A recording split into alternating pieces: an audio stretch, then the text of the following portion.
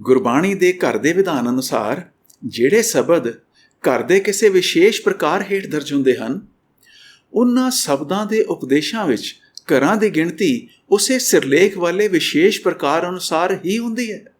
ਅਸੀਂ ਹੁਣ ਤੱਕ ਘਰ ਪਹਿਲਵੇਂ ਤੋਂ ਲੈ ਕੇ ਘਰ 13ਵੇਂ ਦੀ ਵਿਚਾਰ ਕਰ ਚੁੱਕੇ ਹਾਂ। ਇਹ ਸਾਰੇ ਪ੍ਰਕਾਰ ਸ੍ਰੀ ਗੁਰੂ ਗ੍ਰੰਥ ਸਾਹਿਬ ਵਿੱਚ ਇੱਕ ਤੋਂ ਵੱਧ ਵਾਰ ਸੁਭਾਏਮਾਨ ਹਨ। ਅੱਜ ਅਸੀਂ ਵਿਚਾਰ ਕਰਨੀ ਹੈ ਘਰ 14ਵੇਂ ਦੀ। ਘਰ 14ਵੇਂ ਦਾ ਅਧਿਐਨ ਕਰਦੇ ਹਾਂ। ਸਭ ਤੋਂ ਪਹਿਲੀ ਜੋ ਬਾਤ ਸਾਡੀ ਨਜ਼ਰੀ ਪੈਂਦੀ ਹੈ ਕਿ ਘਰ 14ਵੇਂ ਦਾ ਸਿਰਲੇਖ ਸ੍ਰੀ ਗੁਰੂ ਗ੍ਰੰਥ ਸਾਹਿਬ ਵਿੱਚ ਕੇਵਲ ਇੱਕ ਵਾਰ ਦਰਜ ਹੈ। ਇੱਥੋਂ ਅਸੀਂ ਅਨੁਮਾਨ ਲਗਾ ਸਕਦੇ ਹਾਂ ਕਿ ਘਰ 14ਵੇਂ ਹੇਠ ਜਿਹੜੇ ਸ਼ਬਦ ਨੇ, ਇਹਨਾਂ ਵਿੱਚ ਕੋਈ ਇਹੋ ਜਿਹੀ ਵਿਲੱਖਣ ਬਾਤ ਹੋਣੀ ਚਾਹੀਦੀ ਹੈ ਜਿਹੜੀ ਕਿ ਸ੍ਰੀ ਗੁਰੂ ਗ੍ਰੰਥ ਸਾਹਿਬ ਦੇ ਕਿਸੇ ਵੀ ਹੋਰ ਸ਼ਬਦ ਵਿੱਚ ਨਾ ਹੋਏ। ਆਓ ਘਰ 14ਵੇਂ ਦੇ ਸ਼ਬਦਾਂ ਦਾ ਅਧਿਐਨ ਕਰਦੇ ਹਾਂ। ਵਾਹਿਗੁਰੂ ਜੀ ਕਾ ਖਾਲਸਾ, ਵਾਹਿਗੁਰੂ ਜੀ ਕੀ ਫਤਿਹ। ਘਰ 14ਵੇਂ ਦਾ ਸਿਰਲੇਖ ਸ੍ਰੀ ਗੁਰੂ ਗ੍ਰੰਥ ਸਾਹਿਬ ਵਿੱਚ 407 ਅੰਕ ਤੇ ਸੁਭਾਏਮਾਨ ਹੈ। ਆਸਾ ਰਾਗ ਦੇ ਅਧਿਆਇ ਵਿੱਚ ਇਸ ਸਿਰਲੇਖ ਹੇਠ 2 ਸ਼ਬਦ ਹਨ। ਕਿਉਂ ਜੋ ਇਹ ਦੋਵੇਂ ਸ਼ਬਦ ਘਰ 14ਵੇਂ ਦੇ ਸਿਰਲੇਖ ਹੇਠ ਹਨ, ਇਸ ਕਰਕੇ ਘਰ 14ਵੇਂ ਦਾ ਵਿਧਾਨ ਇਹਨਾਂ ਦੋਹਾਂ ਸ਼ਬਦਾਂ ਤੇ ਲਾਗੂ ਹੈ। ਆਓ ਦੇਖੀਏ ਕਿ ਘਰ 14ਵੇਂ ਹੇਠ ਜੋ 2 ਸ਼ਬਦ ਹਨ, ਉਹਨਾਂ ਦੇ ਪਦਾਂ ਵਿੱਚ ਗੁਰੂ ਸਾਹਿਬ ਦੇ ਉਪਦੇਸ਼ ਕਿੰਨੇ ਘਰਾਂ ਵਾਲੇ ਹਨ। ਘਰ 14ਵੇਂ ਦੇ ਸਿਰਲੇਖ ਹੇਠ ਪਹਿਲੇ ਸ਼ਬਦ ਵਿੱਚ 2 ਪਦੇ ਹਨ। ਪਹਿਲੇ ਪਦੇ ਦੀ ਵਿਚਾਰ ਸ਼ੁਰੂ ਕਰਦੇ ਹਾਂ। ਪਹਿਲਾ ਪਦਾ ਦੁਤੁਕੇ ਹੈ। ਇਹ 2 ਤੁਕਾਂ ਵਾਲਾ ਪਦਾ ਹੈ। ਪਹਿਲੀ ਤੁਕ ਵਿੱਚ 2 ਘਰ ਹਨ। ਜੋ ਪ੍ਰਭ ਭਾਵੈ, ਜੋ ਪ੍ਰਭੂ ਨੂੰ ਭਾਉਂਦਾ ਹੈ। ਤਾਂ ਇਹ ਪ੍ਰਭੂ ਦੇ ਭਾਉਣ ਦਾ ਮਹੱਤਵ ਹੈ, ਇਸ ਕਰਕੇ ਇਹ ਆਪਣੇ ਆਪ ਵਿੱਚ ਇੱਕ ਘਰ ਹੈ। ਜੋ ਪ੍ਰਭ ਭਾਵੈ, ਉਸ ਨਾਲ ਕੀ ਹੁੰਦਾ ਹੈ? ਜਨਮ ਨਾ ਆਵੈ। ਤਾਂ ਇਸ ਦਾ ਬੜਾ ਭਾਰੀ ਮਹੱਤਵ ਹੈ ਕਿ ਉਹ ਉਸ ਦਾ ਜਨਮ ਮਰਨ ਖਤਮ ਹੋ ਜਾਂਦਾ ਹੈ। ਤਾਂ ਇਹ ਇਸ ਕਰਕੇ ਦੂਸਰਾ ਘਰ ਹੈ। ਤਾਂ ਇਸ ਦੇ ਨਾਲ ਹੀ ਪਹਿਲੀ ਤੁਕ ਦੀ ਸਮਾਪਤੀ ਹੋ ਜਾਂਦੀ ਹੈ। ਦੂਸਰੀ ਤੁਕ ਵਿੱਚ ਵੀ 2 ਘਰ ਹਨ। ਪਹਿਲਾ ਘਰ ਹੈ ਹਰੀ ਪ੍ਰੇਮ ਭਗਤ। ਤੁਕ ਦਾ ਦੂਜਾ ਘਰ ਹੈ ਹਰੀ ਪ੍ਰੀਤ ਰਚੈ। ਤਾਂ ਜੋ ਪ੍ਰਭੂ ਨੂੰ ਭਾ ਲੈਂਦਾ ਹੈ, ਉਸ ਦੇ ਨਾਲ ਇਹ 3 ਬਾਤਾਂ ਜੁੜੀਆਂ ਹੋਈਆਂ ਹਨ। ਤਾਂ ਪ੍ਰਭੂ ਨੂੰ ਭਾਣਾ ਇੱਕ ਬਾਤ ਹੈ, ਉਹ ਫਿਰ ਜਨਮ ਵਿੱਚ ਨਹੀਂ ਆਉਂਦਾ ਹੈ, ਇਹ ਪਹਿਲੀ ਤੁਕ ਵਿੱਚ ਹੀ ਹੈ। ਹਰੀ ਦੀ ਭਗਤੀ ਨਾਲ ਉਸ ਦਾ ਪ੍ਰੇਮ ਹੁੰਦਾ ਹੈ, ਇਹ ਤੀਸਰਾ ਘਰ ਹੈ। ਔਰ ਹਰੀ ਦੀ ਪ੍ਰੀਤ ਵਿੱਚ ਉਹ ਰਚ ਵਿੱਚ ਜਾਂਦਾ ਹੈ, ਇਹ ਚੌਥਾ ਘਰ ਹੈ। ਔਰ ਇਹਨਾਂ 4 ਘਰਾਂ ਦੇ ਨਾਲ ਹੀ ਪਦੇ ਦੀ ਸਮਾਪਤੀ ਹੋ ਗਈ ਹੈ। ਇਹ ਤਾਂ ਸ੍ਰੀ ਗੁਰੂ ਗ੍ਰੰਥ ਸਾਹਿਬ ਦੇ ਘਰ ਦੇ ਵਿਧਾਨ ਅਨੁਸਾਰ ਇਹ ਘਰ 4ਥੇ ਦਾ ਪਦਾ ਹੈ। ਚਲੋ ਦੂਸਰਾ ਪਦਾ ਦੇਖਦੇ ਹਾਂ। ਦੂਸਰੇ ਪਦੇ ਵਿੱਚ ਤਾਂ ਪਹਿਲੀ ਤੁਕ ਵਿੱਚ 2 ਘਰ ਹਨ। ਪ੍ਰਭ ਸੰਗੇ ਮਿਲੀਜੈ, ਇਹੋ ਮਨ ਦੀਜੈ। ਤਾਂ ਪ੍ਰਭੂ ਨੂੰ ਮਿਲਣਾ ਇੱਕ ਬਾਤ ਹੈ, ਆਪਣੀ ਸੁਰਤ ਨੂੰ, ਆਪਣੇ ਵਿਚਾਰਾਂ ਨੂੰ ਗੁਰੂ ਦੇ ਅਰਪਣ ਕਰ ਦੇਣਾ ਇਹ ਦੂਜੀ ਬਾਤ ਹੈ। ਤਾਂ ਇਹਨਾਂ ਦੋਨਾਂ ਘਰਾਂ ਦੇ ਨਾਲ ਪਹਿਲੀ ਤੁਕ ਦੀ ਸਮਾਪਤੀ ਹੋਈ ਹੈ। ਦੂਸਰੀ ਤੁਕ ਵਿੱਚ ਨਾਨਕ ਨਾਮ ਮਿਲੈ। ਨਾਮ ਭਾਵ ਨਾਹੋ ਦੀ ਮੌਜੂਦਗੀ ਦਾ ਅਹਿਸਾਸ ਹੋ ਜਾਣਾ ਇਸ ਦਾ ਭਾਰੀ ਮਹੱਤਵ ਹੈ। ਇਸ ਕਰਕੇ ਨਾਨਕ ਹੇ ਮੇਰੇ ਮਨ ਨਾਮ ਮਿਲੈ। ਤਾਂ ਇਹ ਆਪਣੇ ਮਨ ਨੂੰ ਸੰਬੋਧਨ ਹੈ ਕਿ ਉਸ ਦੀ ਹੋਂਦ ਦਾ ਅਹਿਸਾਸ ਇਹ ਪ੍ਰਾਪਤ ਹੋ ਜਾਏ। ਆਪਣੀ ਦਇਆ ਕਰੋ। ਤਾਂ ਇਹ ਬੇਨਤੀ ਹੈ, ਆਪਣੀ ਦਇਆ ਕਰੋ ਦੇ ਨਾਲ ਹੁਣ ਬਾਕੀ 3 ਘਰ ਜੁੜੇ ਹੋਏ ਹਨ। ਔਰ ਫਿਰ ਦੁਬਾਰਾ 4 ਘਰਾਂ ਦੇ ਨਾਲ ਹੀ ਪਦੇ ਦੀ ਸਮਾਪਤੀ ਹੋ ਗਈ ਹੈ। ਇੱਥੋਂ ਇਹ ਸਥਾਪਿਤ ਹੁੰਦਾ ਹੈ ਕਿ ਸਮੁੱਚਾ ਸ਼ਬਦ ਸ੍ਰੀ ਗੁਰੂ ਗ੍ਰੰਥ ਸਾਹਿਬ ਦੇ ਘਰ ਦੇ ਵਿਧਾਨ ਅਨੁਸਾਰ ਇਹ ਘਰ 4ਥੇ ਵਿੱਚ ਸਮਝਣ ਵਾਲਾ ਸ਼ਬਦ ਹੈ। ਇਸ ਸ਼ਬਦ ਦਾ ਅਸੀਂ ਹੁਣ ਰਹਾਉ ਦਾ ਪਦਾ ਦੇਖਦੇ ਹਾਂ। ਰਹਾਉ ਦੇ ਪਦੇ ਵਿੱਚ ਕੋਈ ਇਹੋ ਜਿਹਾ ਉਪਦੇਸ਼ ਹੈ ਜਿਸ ਨੂੰ ਸਮਝਣ ਦਾ ਢੰਗ ਸ਼ਬਦ ਦੇ ਬਾਕੀ ਪਦਾਂ ਦੇ ਉਪਦੇਸ਼ ਨੂੰ ਸਮਝਣ ਦੇ ਢੰਗ ਤੋਂ ਭਿੰਨ ਹੈ, ਵੱਖਰਾ ਹੈ, ਰਿਹਾ ਹੋਇਆ ਹੈ।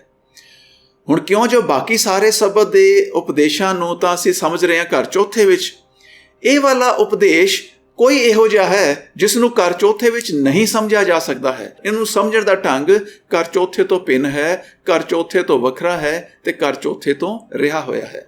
ਆਓ ਦੇਖਦੇ ਹਾਂ ਇਸ ਰਹਾਉ ਦੇ ਪਦੇ ਵਿੱਚ ਉਪਦੇਸ਼ ਕਿਵੇਂ ਸਮਝਣਾ ਹੈ। ਪਹਿਲੀ ਤੁਕ ਵਿੱਚ ਇੱਕ ਘਰ ਹੈ, ਉਹ ਨੇਹੋ ਨਵੇਲਾ। ਉਹ ਬੜਾ ਸਜਰਾ ਨਵੇਕਲਾ ਨੇਹੋ ਹੈ, ਪ੍ਰੀਤ ਹੈ, ਪਿਆਰ ਹੈ। अपने प्रीतम से वो लाग रहा है। दोने घर जुड़े तो एक उपदेश पूरा होया। ਤੋ ਇਹ ਤਾਂ ਵਿਧਾਨ ਹੈ ਘਰ ਦੂਜੇ ਦਾ।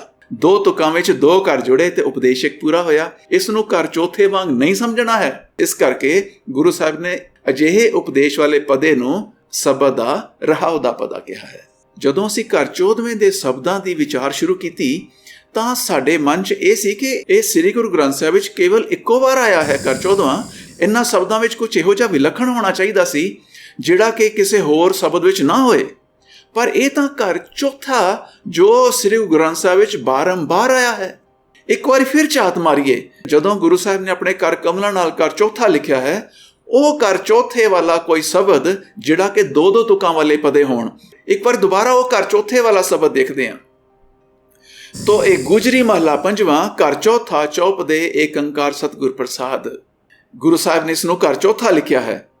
ਇਹ ਪਹਿਲੀ ਤੁਕ ਵਿੱਚ ਪਹਿਲਾ ਘਰ ਹੈ ਛਾੜ ਸਗਲ ਸਿਆਣਪਾ, ਦੂਜਾ ਘਰ ਹੈ ਸਾਧ ਸਰਣੀ ਆਓ, ਤੇ ਪਹਿਲੀ ਤੁਕ ਦੀ ਸਮਾਪਤੀ ਹੋਈ ਹੈ। ਦੂਸਰੀ ਤੁਕ ਵਿੱਚ ਪਹਿਲਾ ਘਰ ਹੈ ਪਾਰ ਬ੍ਰਹਮ ਪਰਮੇਸ਼ਰੋ, ਦੂਜਾ ਘਰ ਹੈ ਪ੍ਰਭੂ ਕੇ ਗੁਣ ਗਾਓ। ਇਸ ਤਰ੍ਹਾਂ ਦੇ ਉਪਦੇਸ਼ਾਂ ਵਾਲੇ ਸ਼ਬਦ ਨੂੰ ਗੁਰੂ ਸਾਹਿਬ ਨੇ ਘਰ ਚੌਥਾ ਸੁਭਾਇਮਾਨ ਕੀਤਾ ਹੋਇਆ ਹੈ। ਆਓ ਇੱਕ ਵਾਰੀ ਫਿਰ ਹੋਰ ਨੇੜਿਓਂ ਝਾਤ ਮਾਰਦੇ ਹਾਂ। ਜਿਹਦੇ ਉੱਪਰ ਘਰ 14ਵਾਂ ਲਿਖਿਆ ਹੈ ਉਸ ਸ਼ਬਦ ਦਾ ਉਪਦੇਸ਼ ਹੈ ਜੋ ਪ੍ਰਭ ਭਾਵੈ ਜਨਮ ਨਾ ਆਵੈ, ਤੇ ਜਿਹਦੇ ਉੱਪਰ ਘਰ ਚੌਥਾ ਲਿਖਿਆ ਹੈ ਛਾੜ ਸਗਲ ਸਿਆਣਪਾ ਸਾਧ ਸਰਣੀ ਆਓ। ਜਿਹਦੇ ਉੱਪਰ ਘਰ 14ਵਾਂ ਲਿਖਿਆ ਹੈ ਹਰ ਪ੍ਰੇਮ ਭਗਤ ਹਰ ਪ੍ਰੀਤ ਰਚੈ, ਜੇ ਚੌਥਾ ਲਿਖਿਆ ਹੈ ਪਾਰ ਬ੍ਰਹਮ ਪਰਮੇਸ਼ਰੋ ਪ੍ਰਭੂ ਕੇ ਗੁਣ ਗਾਓ। ਤੋ ਇਸ ਦਾ ਭਾਵ ਇਹ ਹੋਇਆ ਜਦੋਂ ਪਦੇ ਵਿੱਚ 2 ਤੁਕਾਂ ਹੋਣ ਤੇ ਹਰ ਤੁਕ ਵਿੱਚ 2-2 ਘਰ ਹੋਣ ਤੇ ਪਦਾ ਵਿੱਚ ਕੁੱਲ 4 ਘਰ ਹੋਣ, ਗੁਰੂ ਸਾਹਿਬ ਵੱਲੋਂ ਇਹਨਾਂ ਨੂੰ ਘਰ ਚੌਥਾ ਕਿਹਾ ਜਾਂਦਾ ਹੈ। ਆਓ ਘਰ 14ਵੇਂ ਦੇ ਸਿਰਲੇਖ ਹੇਠ ਜਿਹੜਾ ਦੂਜਾ ਸ਼ਬਦ ਹੈ ਉਸ ਦੀ ਵਿਚਾਰ ਕਰਦੇ ਹਾਂ। ਇਹਦੇ ਵਿੱਚ ਵੀ 2 ਪਦੇ ਹਨ, ਪਰ ਇਹ ਪਦੇ ਇੱਕ ਤੁਕੇ ਹਨ। ਹਰ ਪਦੇ ਵਿੱਚ ਇੱਕ ਤੁਕ ਹੈ। ਪਹਿਲਾ ਘਰ ਹੈ ਸਿਮਰਿਤ ਸ਼ਾਸਤਰ, ਦੂਜਾ ਘਰ ਹੈ ਬਹੁ ਕਰਮ ਕਮਾਏ, ਤੀਸਰਾ ਘਰ ਸੰਬੋਧਨ ਦਾ ਹੈ ਪ੍ਰਭ, ਚੌਥਾ ਘਰ ਤੁਮਰੇ ਦਰਸ ਬਿਨ ਸੁਖ ਨਾਹੀ। ਇਹ ਉਪਦੇਸ਼ ਪੂਰਾ ਹੋ ਗਿਆ ਹੈ। ਸਿਮਰਤੀਆਂ ਸ਼ਾਸਤਰਾਂ ਦੇ ਅਧਿਐਨ ਅਤੇ ਹੋਰ ਅਨੇਕਾਂ ਕਰਮ ਮੈਂ ਕਮਾਏ ਹਨ, ਮੈਂ ਕੀਤੇ ਹਨ हे ਪ੍ਰਭੂ, ਪਰ ਤੇਰੇ ਦਰਸ ਬਿਨਾ ਮੈਨੂੰ ਸੁਖ ਨਹੀਂ ਮਿਲਿਆ ਹੈ। ਤੋ ਇਹ ਉਪਦੇਸ਼ ਪੂਰਾ ਹੋ ਗਿਆ ਹੈ ਔਰ ਇਹ ਇੱਕ ਪਦੇ ਵਿੱਚ ਪੂਰਾ ਹੋਇਆ ਹੈ ਔਰ ਇੱਕ ਪਦੇ ਦੀ ਇੱਕ ਤੁਕੇ ਪਦੇ ਦੀ ਇੱਕੋ ਤੁਕ ਵਿੱਚ 4 ਘਰਾਂ ਦੇ ਮੇਲ ਦੇ ਨਾਲ ਪੂਰਾ ਹੋਇਆ ਹੈ। ਇਸੇ ਸ਼ਬਦ ਦਾ ਦੂਸਰਾ ਪਦਾ ਦੇਖਦੇ ਹਾਂ ਵਰਤ ਨੇਮ ਸੰਜਮ ਕਰ ਥਾਕੇ, ਦੂਸਰਾ ਘਰ ਹੈ ਨਾਨਕ ਭਾਵ ਹੈ ਮੇਰੇ ਮਨ, ਤੀਸਰਾ ਘਰ ਹੈ ਸਾਧ ਸਰਨ, ਚੌਥਾ ਘਰ ਹੈ ਪ੍ਰਭ ਸੰਗ ਵਸੈ। ਤੋ ਇਹਨਾਂ 4 ਘਰਾਂ ਦੇ ਮੇਲ ਦੇ ਨਾਲ ਜੋ ਸਾਨੂੰ ਉਪਦੇਸ਼ ਪ੍ਰਾਪਤ ਹੋਇਆ ਹੈ ਕਿ ਮੈਂ ਕਿੰਨੇ ਤਰ੍ਹਾਂ ਦੇ ਵਰਤ ਰੱਖੇ ਹਨ, ਕਈ ਨੇਮ ਨਿਭਾਏ ਹਨ ਔਰ ਆਪਣੇ ਇੰਦਰੀਆਂ ਤੇ ਸੰਜਮ ਰੱਖਣ ਦਾ ਕੋਸ਼ਿਸ਼ ਕੀਤੀ ਹੈ। ਵਰਤ ਨੇਮ ਸੰਜਮ ਕਰ ਔਰ ਇਹ ਕਰ ਕਰਕੇ ਮੈਂ ਥੱਕ ਗਿਆ ਹਾਂ। ਪਰ ਹੈ ਮੇਰੇ ਮਨ ਨਾਨਕ ਸਾਧ ਸਰਨ, ਸੁਰਤ ਨੂੰ ਗੁਰੂ ਦੇ ਗਿਆਨ ਵਿੱਚ ਇਕਾਗਰ ਕਰਨ ਦੇ ਨਾਲ ਹੀ ਮੈਨੂੰ ਪ੍ਰਭੂ ਦਾ ਸੰਗ ਵਿੱਚ ਵਾਸਾ ਹੁੰਦਾ ਹੈ। 4 ਘਰਾਂ ਦੇ ਮੇਲ ਦੇ ਨਾਲ ਉਪਦੇਸ਼ ਪੂਰਾ ਹੋਇਆ ਹੈ। ਦੂਜੇ ਸ਼ਬਦ ਦਾ ਚਲਨ ਵੀ ਘਰ ਚੌਥੇ ਵਾਲਾ ਹੈ। ਤੋ ਇਸ ਦਾ ਰਹਾਉ ਦਾ ਪਦਾ ਮਿਲ ਰਾਮ ਪਿਆਰੇ ਤੁਮ ਬਿਨ ਧੀਰਜ ਕੋ ਨਾ ਕਰੈ, ਦੂਜੇ ਘਰ ਦੇ ਨਾਲ ਹੀ ਰਹਾਉ ਦੇ ਪਦੇ ਦੀ ਸਮਾਪਤੀ ਹੋ ਗਈ ਹੈ। ਇਸ ਕਰਕੇ ਇਹ ਵਾਲਾ ਉਪਦੇਸ਼ ਵੀ ਘਰ ਚੌਥੇ ਤੋਂ ਰਿਹਾ ਹੋਇਆ ਹੈ। ਗੁਰੂ ਸਾਹਿਬ ਨੇ ਘਰ ਚੌਥਾ ਬਾਰੰਬਾਰ ਸੁਭਾਇਮਾਨ ਕੀਤਾ ਹੈ। ਸਾਡੇ ਕੋਲ ਇੱਕ ਤੁਕੇ ਪਦੇ ਵਾਲਾ ਵੀ ਘਰ ਚੌਥਾ ਹੈ। ਅਸੀਂ ਉਸ ਦੇ ਨਾਲ ਇਹਨੂੰ ਮੇਲ ਕੇ ਦੇਖਦੇ ਹਾਂ। ਇਹੋ ਜਿਹਾ ਇੱਕ ਸ਼ਬਦ ਹੈ ਰਾਗ ਦੇਵ ਗੰਧਾਰੀ ਮਹੱਲਾ 5ਵਾਂ ਘਰ ਚੌਥਾ ਏਕ ਓਂਕਾਰ ਸਤਿਗੁਰ ਪ੍ਰਸਾਦ, ਭਾਵ ਇਹ ਘਰ ਚੌਥੇ ਦਾ ਪਹਿਲਾ ਸ਼ਬਦ ਹੈ। ਇਸ ਦਾ ਇੱਕ ਪਦਾ ਅਸੀਂ ਵਿਚਾਰਦੇ ਹਾਂ ਅਤ ਸੁੰਦਰ, ਪਹਿਲਾ ਘਰ ਬਹੁਚਤਰ ਸਿਆਣੇ, ਦੂਜਾ ਘਰ ਵਿਦਿਆ, ਤੀਜਾ ਘਰ ਰਸਨਾਚਾਰ। ਇਹਨਾਂ ਉਪਦੇਸ਼ਾਂ ਵਿੱਚ ਇਹ ਦੱਸਿਆ ਜਾ ਰਿਹਾ ਹੈ ਕਿ ਇਹ ਜਿਹੜੇ ਬਾਹਰੀ ਭੇਖ ਨੇ ਇਹਨਾਂ ਭੇਖਾਂ ਨਾਲ ਮੇਲ ਨਹੀਂ ਹੋਣਾ ਹੈ। ਜਿਵੇਂ ਬਾਹਰੀ ਸੁੰਦਰਤਾ ਉੱਤੋਂ ਅਤੀ ਸੁੰਦਰ ਹੋਏ ਤੇ ਦੂਸਰਾ ਹੋਏ ਬਹੁਤ ਸਿਆਣਾ ਹੋਏ, ਚਤਰ ਹੋਏ, ਸਿਆਣਾ ਹੋਏ, ਤਾਂ ਉਹ ਵੀ ਬਹੁਤਾ ਸਿਆਣਾ ਹੋਏ, ਇਹ ਦੂਜੀ ਬਾਤ। ਬੜੀ ਵਿਦਿਆ ਹੋਏ, ਤੀਜੀ ਬਾਤ, ਔਰ ਮੂੰਹ ਦਾ ਬੜਾ ਮਿੱਠਾ ਹੋਏ, ਰਸਨਾਚਾਰ। ਇਹਨਾਂ ਭੇਖਾਂ ਕਰਕੇ ਪ੍ਰਭੂ ਦਾ ਮੇਲ ਨਹੀਂ ਹੁੰਦਾ ਹੈ। ਇਹ ਭੇਖਾਂ ਦੀ ਸੂਚੀ ਹੈ ਜਿਹੜੀ ਕਿ ਘਰ 4 ਘਰ ਹਨ ਇੱਕ ਪਦੇ ਵਿੱਚ, ਔਰ ਇਹ ਘਰ ਚੌਥੇ ਦਾ ਉਪਦੇਸ਼ ਦਾ ਚਲਨ ਹੈ। ਘਰ 14ਵੇਂ ਸਹਿਜ ਜੋ ਇੱਕ ਤੁਕਾ ਪਦਾ ਹੈ ਤੇ ਗੁਰੂ ਸਾਹਿਬ ਨੇ ਜਿਹੜਾ ਘਰ ਚੌਥੇ ਦਾ ਆਪਣੇ ਕਰ ਕਮਲਾਂ ਨਾਲ ਸੁਭਾਇਮਾਨ ਕੀਤਾ ਹੈ, ਉਹ ਕਰ ਚੌਥੇ ਦਾ ਇੱਕ ਤੁਕੇ ਪਦੇ ਦਾ ਜੋ ਅਸੀਂ ਆਪਸ ਵਿੱਚ ਤੁਲਨਾ ਕਰਦੇ ਹਾਂ, ਜਿਹਦੇ ਉੱਪਰ ਸਿਰਲੇਖ ਕਰ 14ਵਾਂ ਲਿਖਿਆ ਹੈ, ਉਸ ਦਾ ਪਦਾ ਹੈ ਸਿਮਰਿਤ ਸ਼ਾਸਤਰ ਬਹੁ ਕਰਮ ਕਮਾਏ ਪ੍ਰਭ ਤੁਮਰੇ ਦਰਸ ਬਿਨ ਸੁਖ ਨਾਹੀ।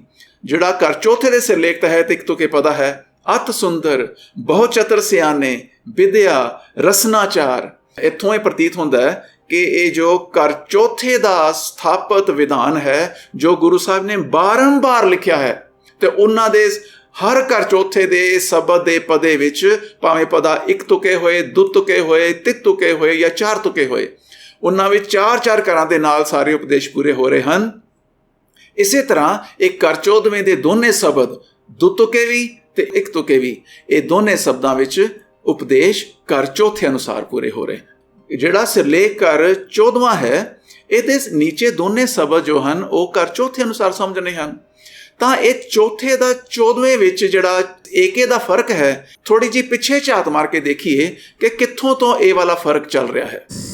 ਤੇ 405 ਅੰਕ ਤੇ ਲਿਖਿਆ ਹੋਇਆ ਹੈ ਕਰ 12ਵਾਂ, 406 ਅੰਕ ਤੇ ਆ ਗਿਆ ਹੈ ਕਰ 13ਵਾਂ, ਔਰ 407 ਅੰਕ ਤੇ ਹੈ ਕਰ 14ਵਾਂ।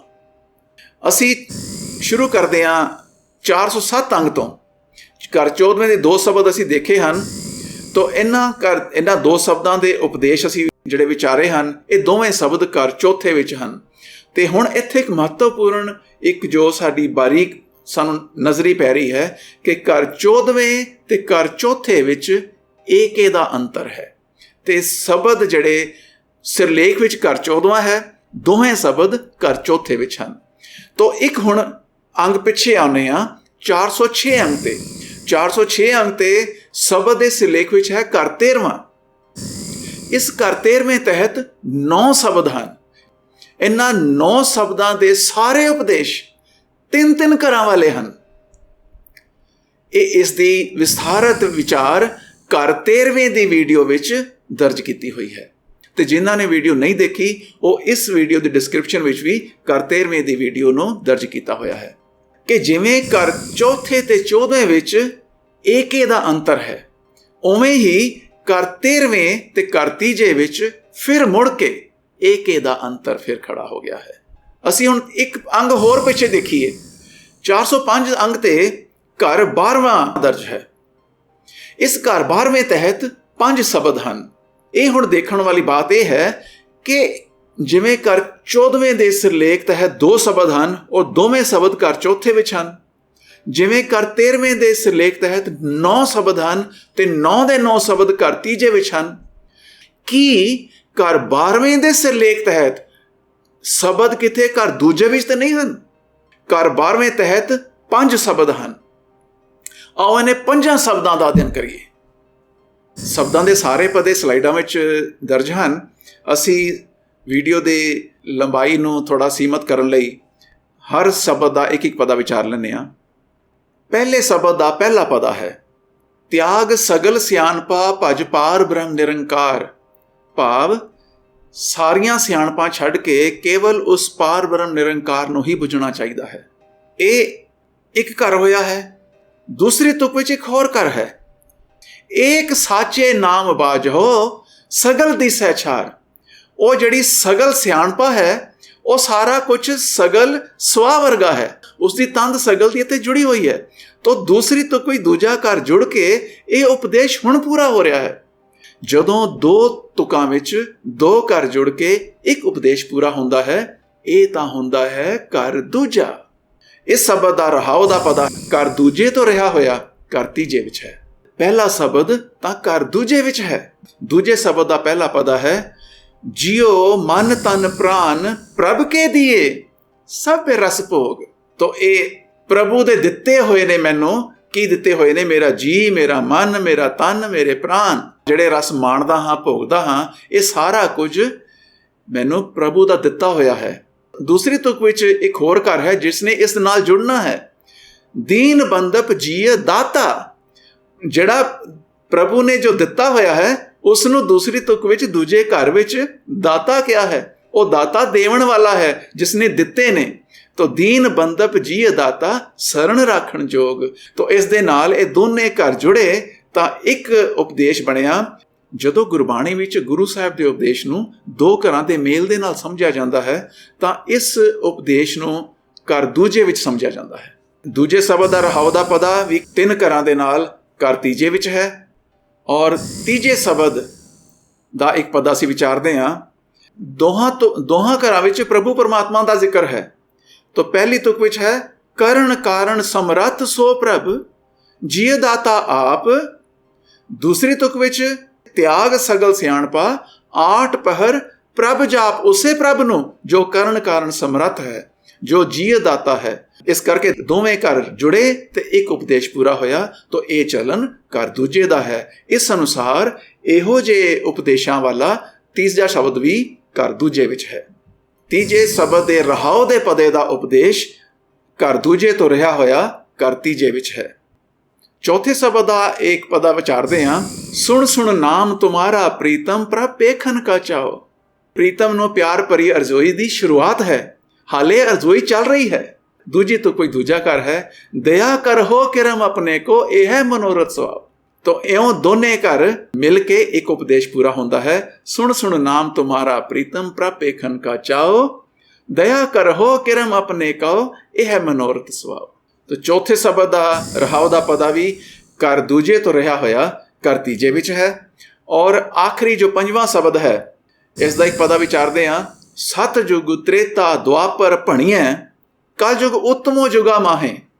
ਇਹ ਭਣਿਆ ਜਾਂਦਾ ਹੈ, ਕਿਹਾ ਜਾਂਦਾ ਹੈ, ਆਖਿਆ ਜਾਂਦਾ ਹੈ ਕਿ ਸਤਜੁਗ ਹੈ, ਤ੍ਰੇਤਾ ਹੈ, ਦੁਆਪਰ ਹੈ, ਪਰ ਇਹਨਾਂ ਸਾਰੇ ਯੁਗਾਂ ਤੋਂ ਕਲਯੁਗ ਉੱਤਮ ਹੈ।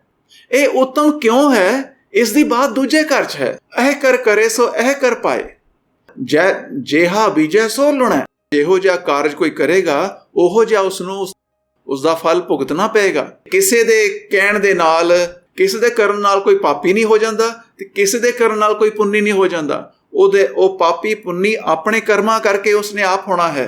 ਤਾਂ ਕੋਈ ਨਾ ਪਕੜੀਆ ਕਿਸੇ ਥਾਏ। ਇਹ ਦੋਵੇਂ ਘਰ ਮਿਲ ਕੇ ਇੱਕ ਉਪਦੇਸ਼ ਪੂਰਾ ਹੋਇਆ ਹੈ। ਤਾਂ ਇਉਂ ਪੰਜਵੇਂ ਘਰ ਦੇ ਸਾਰੇ ਪਦੇ ਵੀ ਘਰ ਦੂਜੇ ਵਿੱਚ ਹਨ। ਪੰਜਵੇਂ ਸ਼ਬਦ ਦਾ ਰਹਾਉ ਦਾ ਪਦਾ ਵੀ ਘਰ ਦੂਜੇ ਤੋਂ ਰਿਹਾ ਹੋਇਆ ਘਰ ਤੀਜੇ ਵਿੱਚ ਹੈ। ਇਸ ਦੇ ਨਾਲ ਤਾਂ ਇਹ ਗੱਲ ਹੋ ਗਈ ਕਿ ਜਿਵੇਂ ਘਰ 14ਵੇਂ ਦੇ ਦੋਵੇਂ ਸ਼ਬਦ ਘਰ ਚੌਥੇ ਵਿੱਚ ਸਨ, ਅਸੀਂ ਵਿਚਾਰ ਲਏ ਹਨ। ਜਿਵੇਂ ਘਰ 13ਵੇਂ ਦੇ 9 ਦੇ 9 ਸ਼ਬਦ ਘਰ ਤੀਜੇ ਵਿੱਚ ਹਨ, ਉਹ ਵੀ ਅਸੀਂ ਵਿਚਾਰ ਲਏ ਹਨ। ਤਾਂ ਉਵੇਂ ਘਰ 12ਵੇਂ ਦੇ ਹੇਠ 5 ਸ਼ਬਦ ਤਾਂ ਘਰ ਦੂਜੇ ਵਿੱਚ ਹਨ। ਤਾਂ ਇਸ ਵਿਚਾਰ ਤੋਂ ਬਾਅਦ ਅੱਗੇ ਵਾਸਤੇ ਇੱਕ ਪ੍ਰਸ਼ਨ ਖੜਾ ਹੋ ਰਿਹਾ ਹੈ ਕਿ ਘਰ 15ਵਾਂ ਵੀ ਸ੍ਰੀ ਗੁਰੂ ਗ੍ਰੰਥ ਸਾਹਿਬ ਵਿੱਚ ਕੇਵਲ ਇੱਕ ਵਾਰ ਦਰਜ ਹੋਇਆ ਹੈ। ਘਰ 15ਵੇਂ ਦੇ ਸਿਰਲੇਖ ਹੇਠ ਜਿਹੜੇ ਸ਼ਬਦ ਹਨ, ਦੇਖਣ ਵਾਲੀ ਗੱਲ ਇਹ ਹੋਏਗੀ ਕਿ ਉਹ ਵਾਲੇ ਸ਼ਬਦ ਕਿਤੇ ਘਰ 5ਵੇਂ ਵਿੱਚ ਤਾਂ ਨਹੀਂ ਹਨ। ਵਾਹਿਗੁਰੂ ਜੀ ਕਾ ਖਾਲਸਾ, ਵਾਹਿਗੁਰੂ ਜੀ ਕੀ ਫਤਿਹ।